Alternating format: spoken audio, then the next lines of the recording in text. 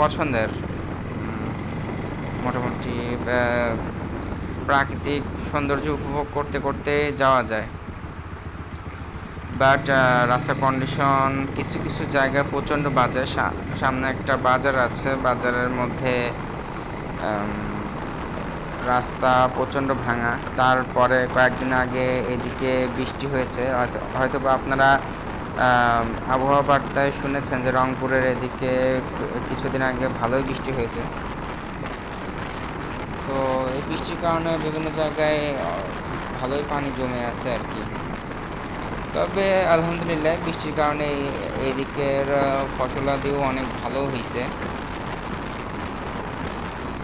তবে তিস্তা নদীতে দেখলাম যে প্রচুর পরিমাণে পানি বাড়ছে, যেটা আসলে আশা চাইতেও বেশি।